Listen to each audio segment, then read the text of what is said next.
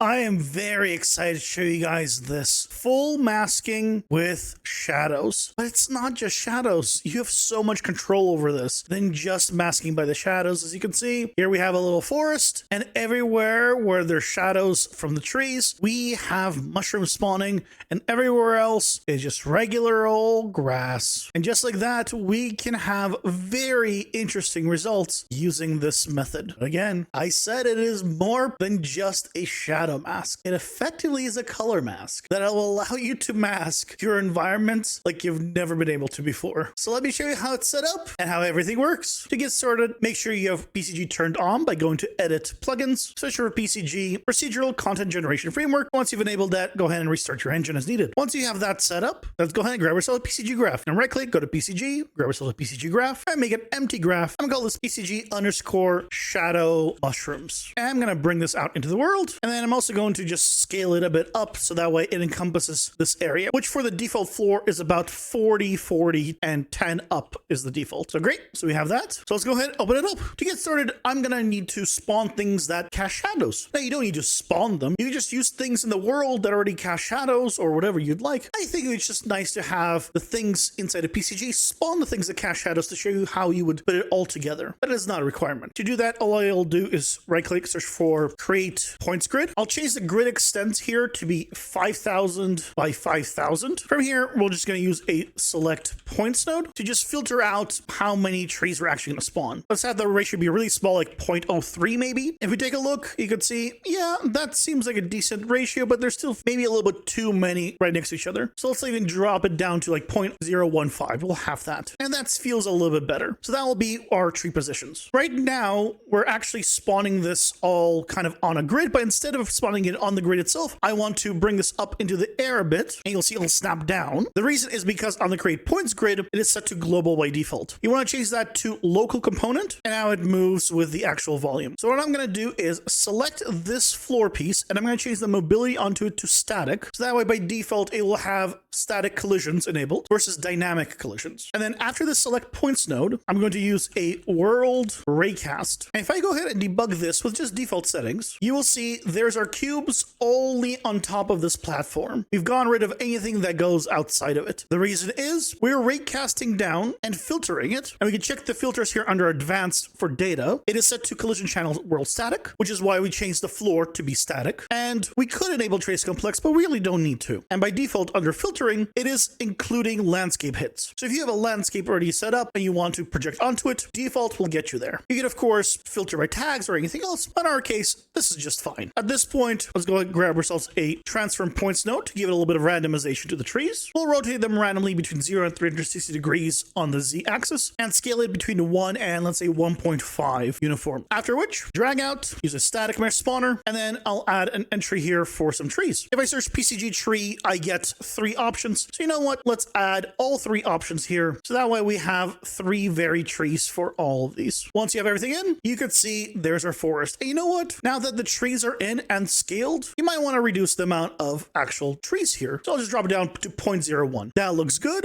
So great. We have trees, we have a ground. So now we have shadows, and which means we can use the shadows. How do we do that? Well, 5.7 introduces a new node that makes it effectively possible to do just that. The new node is called scene capture. If I go ahead and select it and press A, in the data viewport here on the left, you can see that is our scene. That is what is being seen by default. And where's it getting the information from? It is from the bounds of this volume. So from the very tippy top of this volume, it is effectively checking down. So if I was to move this up and regenerated it, you can see it's blank. It just sees the grid because the trees are no longer far enough down to be projected on. Or if I go down where the trees are back and I regenerate it, you'll see the trees are back here, which is awesome. But again, it is projected from the very top here, which means if I was to shrink this down and then move it down lower, let's say shrink it down to a point where they're below the leaves of any of these, right? So the bounds are effectively right below any leaf anywhere here. If we take a look at it now, we effectively have just removed the trees from here. Now you can see there's a little bit of leaves right there that I've missed. So depending on your size, I might need to go a little bit lower, just shrink it down. And now I have shadows and everything else. Now by default here, it is set to capture source scene color. You do have options here. You can do 0 and alpha, alpha, you can do opacity and alpha, you do final color, scene color, a lot of different options here. Personally for this, I found that final color, low dynamic range worked really well for me. You can see it goes slightly different. If I go back to the default, we have a lot more detail. It's brighter in the shadows. If I go to low dynamic range, it effectively has made this considerably darker here. Which one you use is not that important, honestly. But the values you'll need to use to filter by it will, of course, change. I'll just use the low dynamic range one. I don't need that intricate of a detail in the shadows. If you do, consider using one of the other options. So we'll go final color,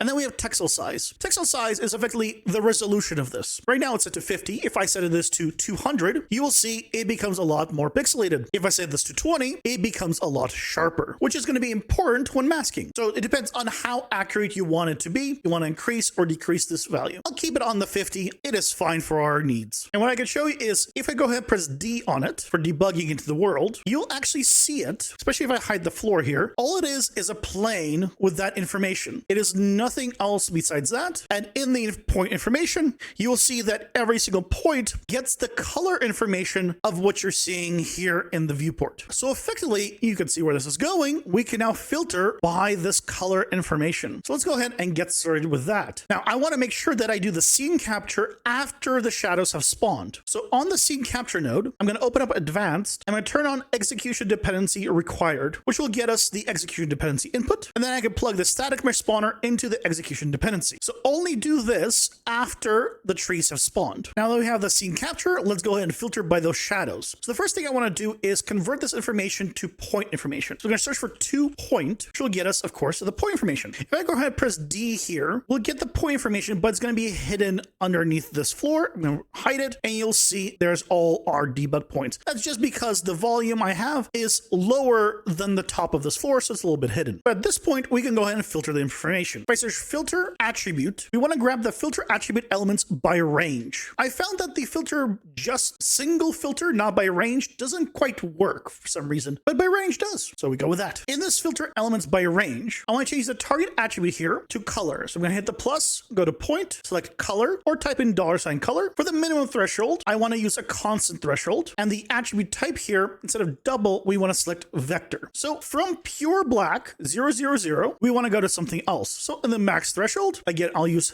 constant threshold, change it to vector, and make it something small like 0.001. And I'll put that in for all the values. If you're going to do this for yourself, I recommend setting this up as an attribute. So that way you can control the actual breakpoint for your specific setup. Because it is sampling the scene, that means the lighting will affect it. Any kind of atmospherics will affect it. Anything that changes the look of that final projection and the color of it will affect it. So keep that in mind. You want to do all your lighting and stuff first, or set it up with a default setup and then have it exposed to control it. So for example, for me, I want to replace the material on this floor. So I'm going to do that now. I'll just assign one that I had prepared for mega scans. And I'll also drop in a post-process volume. And the details here, I'll search for unbounded and make it unbounded so it affects everything. And under exposure, we'll change the metering mode to manual, exposure compensation to 10, maybe 10.5, just make it a little bit brighter. And we'll go with something like this. So in our scene capture, if I hit force regen, you can see that we get a very different result now. And that is mostly to do with the exposure. If I turn the auto exposure back on, you can see it is much brighter. So just keep in mind, when you have low exposure, all your values by default will be relatively low. So I want to show that this exposure, everything does affect the look. So we'll go ahead and go back to auto exposure, and we'll go ahead and fade everything back in. And in here, if we go force regen, you'll see there's our information back as it was. So just keep in mind, everything that affects the final look will affect the values here. But with that out of the way, if I go ahead now and debug the inside filter, if I press A on it, you will see here, I have a bunch of points. If I go ahead and hide the floor, you'll see there's our points, which look very similar to how they would for the shadows. So great, that seems to be working. So now we need to mask our stuff by these. So what I'm going to do is use another create points grid, and this is going to be the one for the actual grass and everything else that we want spawned. I'll set the grid extents also to be 5,000 by 5,000, and the cell size will drop down to something like 50, 50 for X and Y. Coordinate spec will be local still, and that will be our actual values for things like mushrooms and grass. From here, we'll use a transform points node, and I want to offset them randomly. So I'll offset them by minus 25 in X and Y to positive 25 in X and Y. The reason why 25 is because the points are in a 50-point grid. This effectively will get us the randomness that I'm looking for. But now Now, we can just check where do these line up, because the scene capture and the create points grid both use basically the center of that volume. This is perfect. So using an intersection node with the inside filter here going into the source one, we can filter out the grid points from here. And then by using the same setup we had before, which is using world raycast, we can spawn what we want. So I'll go ahead and use a world raycast, but just a note here, you cannot plug this out into the origins. It'll create this wildcard to wildcard conversion, which doesn't actually work. What you want to do is use another conversion from spatial to point, drag out of out and just search for to point and grab yourself another one of these. And that can go into the origins now. Because this is a wildcard and this is kind of a wildcard in terms of being spatial, it doesn't know how to convert it properly. So we just need this conversion node. But after this world raycast, we can just use a transform points node one more time. This time will be for scaling it. So I'm going to scale these between 2 and 4. I'm also going to rotate them randomly at 360 degrees, but only on the Z axis. And then I'll filter out a few of them by using a select points. Let's keep a 20% of them by setting this to 0.2. And then using a static mesh spawner, we can plug in the meshes we need, which in our case right now is the mushrooms. I'm just getting 3 variations in here. And if we take a look now, yeah, there's some mushrooms. Now they're kind of in the ground here, it seems. We should bring this up. So I'm going to take our volume here and move this up a little bit and then scale it down. I don't want it getting inside the leaves. And there we go. Now our mushrooms are now more properly on top here. And we're filtering them out, and you can see they're only appearing here in the shadows. If I wanted to, I can, on the select points, disable it by pressing E, and then you can really see how it's filtering out all of the mushrooms within this area. Just like that. Pretty much shadow is, there's mushrooms. Now it's not 100% perfect, but it is pretty good. I actually prefer the more mushrooms, so we'll change this ratio to be like 0.5, so we keep a lot more. But now we can go ahead and basically reverse this for everything else. So I'm going to take all of this from the intersection onwards and duplicate it. And the difference is I'm going to use this outside filter as our source one and still use the same create points grid from before. And this static mesh spawner, I'm just going to use the sapling from the PCG, or I guess as it's called, seedling, PCG seedling 01. I'll also need to change the transform points here because it is way too big. So I'll change it to be scaled from, let's say, 0.7 to 1.5. Now, as you can see, we are getting the saplings actually on all the mushrooms.